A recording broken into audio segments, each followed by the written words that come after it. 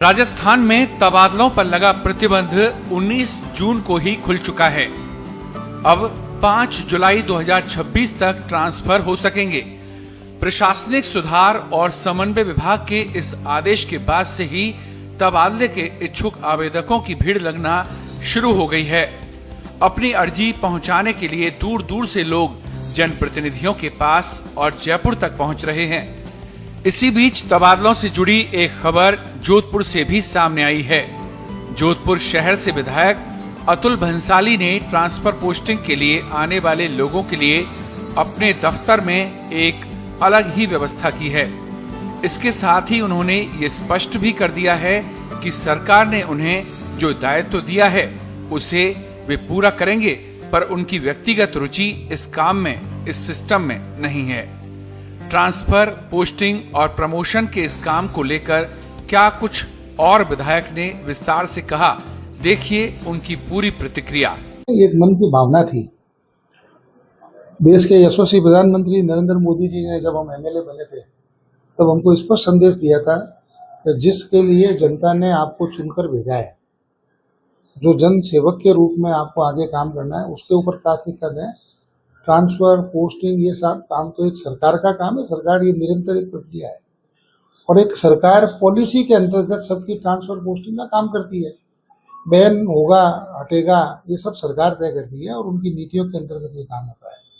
परंतु जब लोगों को ये पूरे साल भर ये रहता है, कभी प्रमोशन के बाद नई पोस्टिंग, ये काम चलता है, अनवरत चलता रहता है। पर हमने ये बार बार हम भी इससे परेशान हो जाते हैं क्योंकि ये हमारा मूल काम नहीं है। मेरा एक दायित्व जो सरकार देती है भी कि विधायक अनुशंसा करेगा, पर जो अनुशंसा के लिए आता है उसमें आधे से अधिक लोगों को हम व्यक्तिगत रूप से पहचानते भी नहीं है।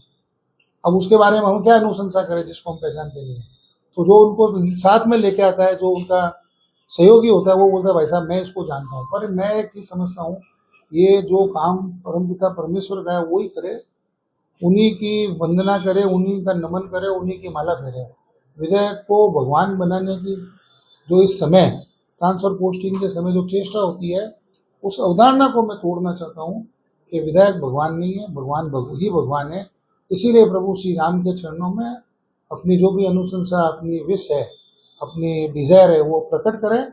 और मैं कहता हूँ अगर जो सच्चा आदमी होगा और जो नीडी होगा, जिसको जरूरत होगी, परमात्मा उसकी हमेशा सुनता है। मैं तो खुद कहता हूँ कि कई बार हम फंस जाते हैं एक राजनीति में, कहीं भी ऐसी विकट परिस्थिति है, फिर हम भी महादेव के ऊपर छोड़ देते हैं, जो महादेव करेगा वो सही है।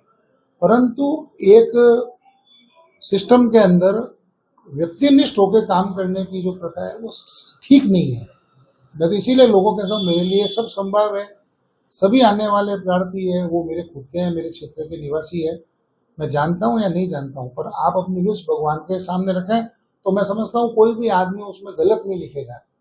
कई लोग लिखते हैं साहब कोई कैंसर से पीड़ित है, गंभीर हृदय रोग से पीड़ित है मेरे बच्चे, तो मैं बोलता हूँ भाई झूठ मत बोलना, बीमारी नहीं, बीमारी चलती है।